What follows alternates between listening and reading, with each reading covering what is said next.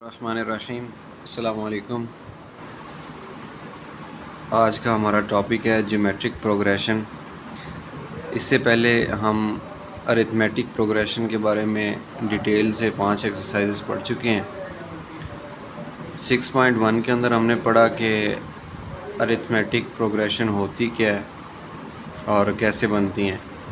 फिर हमने 6.2 के अंदर फाइंड किया कि अगर कोई टर्म मिस हो तो उसे कैसे फाइंड करना है, लास्ट टर्म कैसे फाइंड करनी है, वैल्यूज़ कैसे पुट करनी है, कोई टर्म अगर आपको दी हुई है वहाँ से आपने फ़र्स्ट टर्म कैसे निकालनी है, डी कैसे निकालना है। और हमने अरिथमेटिक सीक्वेंस की डिटेल पढ़ी। फिर आई एक्सरसाइज 6.3 6.4। हमने उनके अंदर प्रैक्टिस की कि जो अरिथमेटिक मीन होती है उसका सम कैसे लेते हैं। अगर आप को कोई टर्म दी हो उसके अंदर nth नंबर्स हों अरिथमेटिक सीक्वेंस के अंदर, तो आप उन्हें जमा कैसे करते हैं। SN का फार्मूला हमने पढ़ा। उसके बाद तमाम जो 4 एक्सरसाइजेस की प्रैक्टिस थी, जो टूल्स वहाँ पे सीखे, उनको 6.5 के अंदर अप्लाई किया हमारी रियल लाइफ के अंदर, वर्ड प्रॉब्लम्स के अंदर स्टेटमेंट वाले क्वेश्चन सॉल्व किए। ये 6.5 एक्सरसाइज कंप्लीट हो गई। अब हमारा नेक्स्ट टॉपिक है चैप्टर नंबर 6 का दूसरा पोर्शन, जिसको हम ज्योमेट्रिक प्रोग्रेशन या ज्योमेट्रिक सीरीज़ सीक्वेंस कहते हैं। इससे पहले अरिथमेटिक सीक्वेंस पढ़ा, ज्योमेट्रिक सीक्वेंस अब पढ़ेंगे, और इसके बाद लास्ट टॉपिक होगा इस चैप्टर का, चैप्टर नंबर 6 का, जो कि हार्मोनिक प्रोग्रेशन या हार्मोनिक सीक्वेंस कहलाएगा। उसके अंदर भी और ज्योमेट्रिक सीक्वेंस के अंदर भी अरिथमेटिक सीक्वेंस की तरह ही हम 3 से 4 चीज़ें पढ़ेंगे कि पहली टर्म क्या होती है, और अरिथमेटिक मीन के अंदर डिफरेंस था डी, और वो चेंज हो जाएगा ज्योमेट्रिक के अंदर कॉमन रेशो के साथ। और उसके बाद फिर हम nth टर्म फाइंड करते हैं। फिर हम nth टर्म की मदद से समेशन फाइंड करते हैं, उनका मजमूआ। और फिर अरिथमेटिक मीन एक चीज़ पढ़ी 6.3 के अंदर। और इसी तरीके हम ज्योमेट्रिक प्रोग्रेशन के अंदर ज्योमेट्रिक मीन पढ़ेंगे, और हार्मोनिक प्रोग्रेशन के अंदर, जो कि इस चैप्टर का 3rd पार्ट है, उसके अंदर हार्मोनिक मीन के बारे में पढ़ेंगे। अभी हमारा जो टॉपिक है उसकी तरफ आते हैं। ज्योमेट्रिक प्रोग्रेशन हमारा टॉपिक है। ज्योमेट्रिक प्रोग्रेशन क्या होता है, कैसे होता है, इसमें nth टर्म कैसे डिफ़ाइन की होती है, ये आपकी बुक है, पेज नंबर 204 पे इसकी सारी फार्मूलेशन दी हुई है। बहरहाल हम आते हैं अपने यहाँ पे मैं आपको डिटेल से बता देता हूँ कि क्या फ़र्क है अरिथमेटिक मीन के अंदर और इसके अंदर ज्योमेट्रिक मीन के अंदर, अरिथमेटिक प्रोग्रेशन के अंदर, ज्योमेट्रिक प्रोग्रेशन के अंदर क्या फ़र्क है। ये मैंने लिखा 6.6 एक्सरसाइज का टॉपिक, जो कि ज्योमेट्रिक सीक्वेंस बनती है, या इसको आप प्रोग्रेशन भी बोल सकते हैं। इसमें भी टर्म्स ही होती हैं अरिथमेटिक जो सीक्वेंस है उसकी तरह। पहली टर्म होती है, फिर दूसरी टर्म होती है, फिर तीसरी होती है, फिर nth टर्म होती है।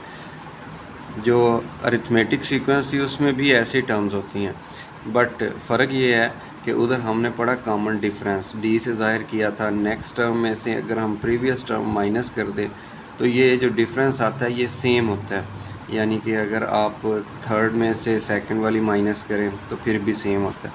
तो ऐसी सीक्वेंस जिसमें माइनस करने से डिफरेंस सेम आ रहा हो उसको हम अरिथमेटिक सीक्वेंस बोलते हैं। बट जब हम ज्योमेट्रिक की तरफ बढ़ते हैं तो इसके अंदर एक नई टर्म इंट्रोड्यूस होती है डिफरेंस के पैरेलल, डिफरेंस की जगह पे, उसे बोलते हैं कॉमन रेशो। जैसे ही रेशो का वर्ड आता है तो हमारे जहन में बटा आ जाता है, दो नंबरों के दरमियान निस्बत आ जाती है, तकसीम आ जाती है हमारे जहन में। तो कॉमन रेशो का मतलब ये है कि ये एक ऐसी सीक्वेंस होती है कि जिसके अंदर डिफरेंस लेने से तो वो सेम नहीं आ रहा होता। जैसा कि अगर मैं यहाँ पे एग्ज़ाम्पल लिखूँ, मैं लिखता हूँ 3, 6 और 12 लिखता हूँ ये। अब इसमें अगर हम डिफरेंस लेने की बात करें तो 6 - 3 3 आता है, और 12 - 6 6 आता है। तो पता चला कि डिफरेंस सेम नहीं है, लिहाजा ये सीक्वेंस तो है लेकिन ये अरिथमेटिक सीक्वेंस नहीं है। तो फिर हम एक नई चीज़ इंट्रोड्यूस करवाते हैं, ज्योमेट्रिक सीक्वेंस, और उसका कॉमन रेशो। कॉमन रेशो का मतलब ये होता है कि अगर आप नेक्स्ट टर्म को प्रीवियस टर्म पे तकसीम करें, डिवाइड कर दें, 6/3। तो अगर आप देखें कि 6 को 3 पे डिवाइड करें तो ये बनता है 2, और अगर आप नेक्स्ट टर्म 12 को डिवाइड करें प्रीवियस टर्म 6 पे तो ये भी बनता है 2। तो पता चला कि नेक्स्ट टर्म को अगर प्रीवियस टर्म पे हम डिवाइड करें तो एक ही जवाब मिलता जा रहा है। इस जो एक जैसा है इसको कॉमन बोलते हैं, और ये है क्या चीज़, ये रेशो है, next number divided by previous number. अगर तो ऐसे सीक्वेंस आ जाए कि जिसमें कॉमन रेशो सेम आ रही हो तो हम उस सीक्वेंस को ज्योमेट्रिक सीक्वेंस बोल देते हैं।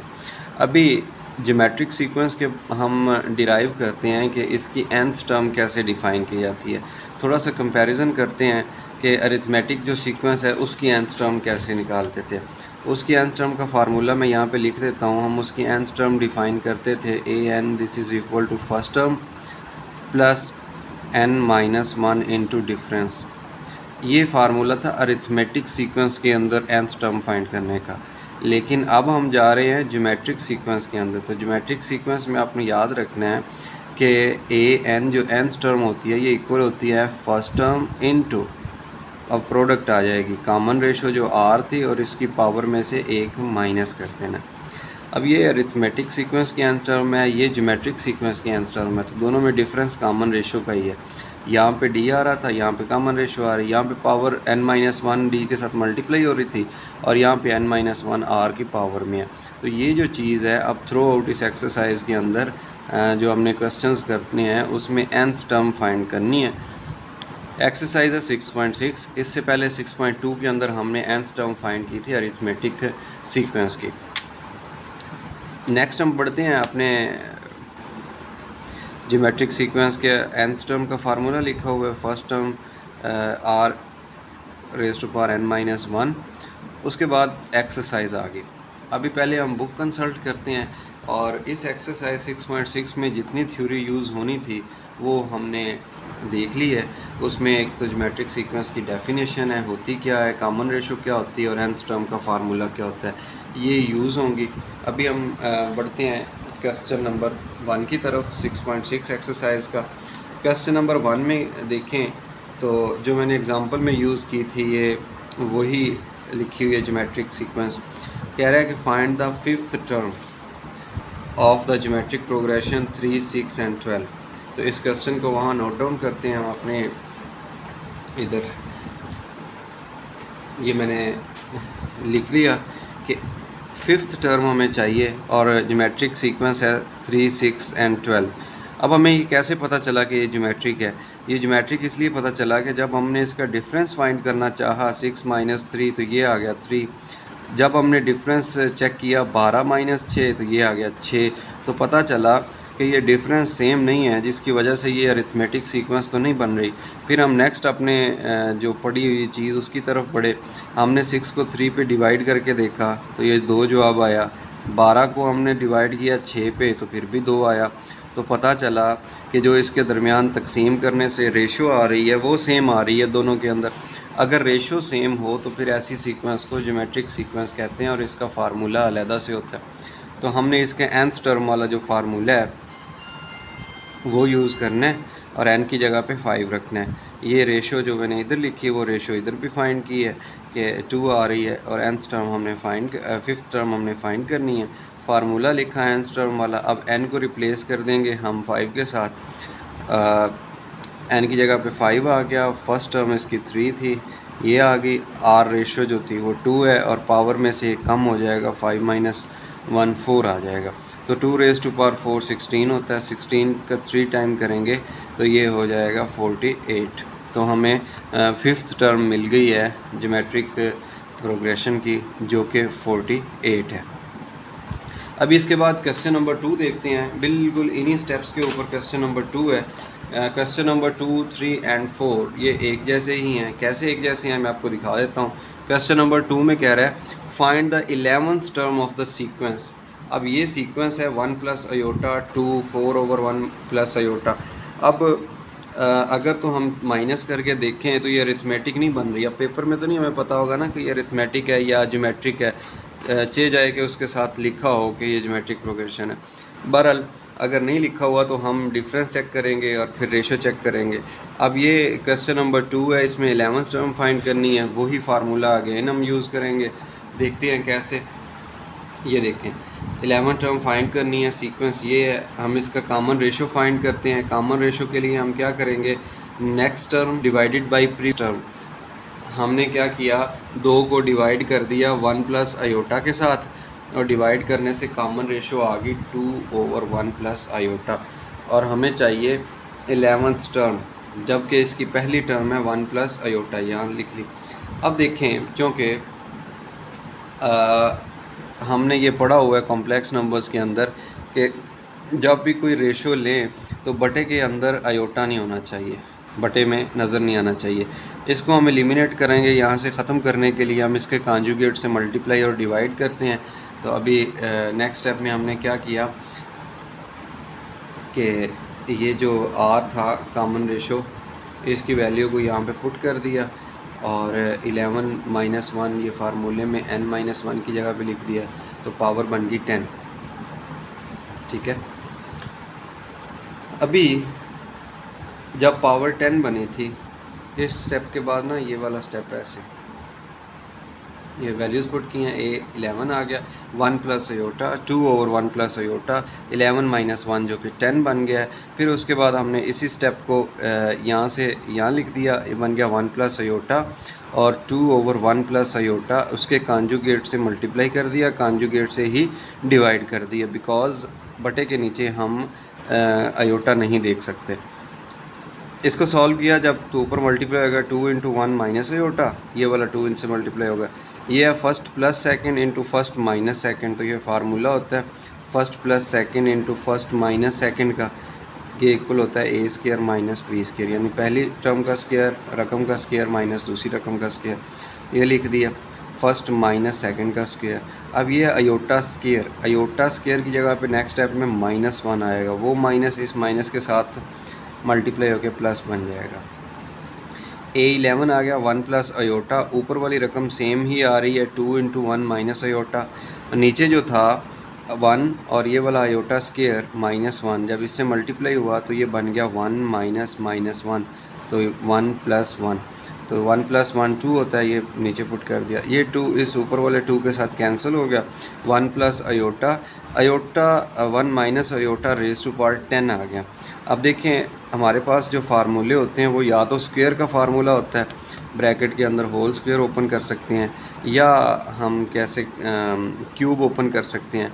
इसके अलावा अगर हमें करना पड़ेगा तो हम या तो बाइनोमियल थ्योरम या बाइनोमियल सीरीज़ के ज़रिए एक्सपेंड करेंगे इसको, या फिर हम ऐसा करते हैं कि ये 1 प्लस आयोटा है, हम इस 10 को ब्रेक कर लेते हैं 2 और 5 पावर में, 2 अंदर लिख दी, 5 पावर ऊपर लिख दी।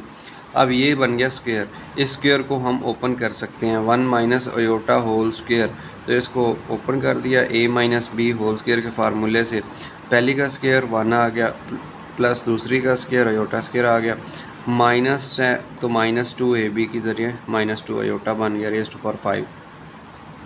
1 प्लस आयोटा 1 आयोटा स्क्वायर की जगह आ जाएगा -1 और -2 आयोटा, ये वाला -1 + 1 कैंसिल हो जाएगा, बाकी रहेगा -2 आयोटा की पावर 5।